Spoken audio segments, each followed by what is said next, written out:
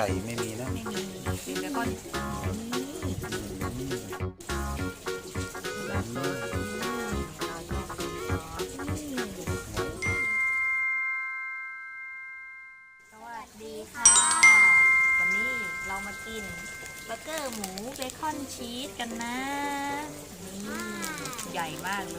ยซื้อมาจากเซเว่นใหญ่กว่าฟ้าชีสหมูเป็นเบคอนหมูชีสเดี๋ยวเราลองไปเวฟกันนะเราไปเวฟก่อนเราไปเวฟมาแล้วนะเดี๋ยวเรามาแกะดูกันจะชิ้นใหญ่แค่ไหน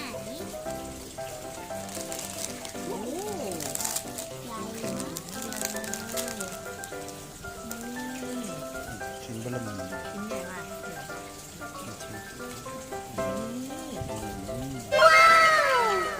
เปิดข้างบนนี่เอาซอสราดนี่เบคอนว้าวเบคอนน่ากินมากเลยเดี๋ยวเราจะราดซอสกันราดซอสเราชอบกินซอสเอามะเขือด้วย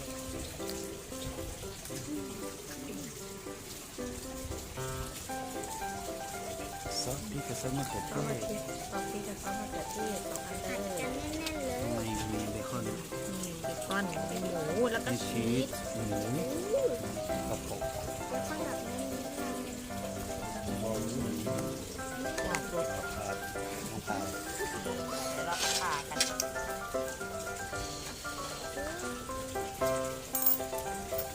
มีชีสตรงนี้ด้วย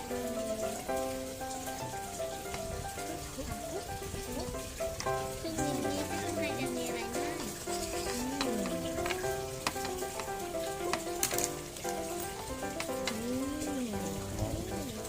มีเบคอน ชิ้นนี้อร่อยไหมคนละหนึ่งอันโอ้กำลังร้อนๆเลย ร้อน ร้อนๆเลยมีเบคอนด้วย เปล่าก่อน ๆร้อน อ ร้ ร่ อ อน ย อร่อย อร่อยได้ ใครมีผักชอบผักก็ใส่ไปนะ ใช่ถ้ามีผักก็แบบใส่ผักก็อร่อยมากมีความหอมมันแล้วมีกลิ่นซอสบาร์บีคิวด้วยนะอร่อย เบคอนก็อร่อยแน่นมากเลยอ่ะ ถูกใจมีนา ถูกใจเลย เนื้อคำใหญ่มากชิ้นใหญ่มากเลยเนาะ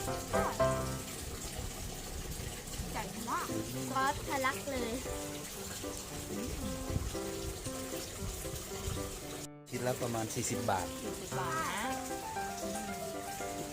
นะ 40ชิ้นใหญ่ ชิ้นหนึ่ง กินคนเดียวอิ่ม เลยอ่ะถ้าชิ้นแบบชิ้นไม่ถึงมาก แต่เรากินครึ่งหนึ่งแบบ ครึ่งเดียวอิ่ม ๆคนเดียว ให ก็ ญ่ ถึงแล้ว ชีสด้วย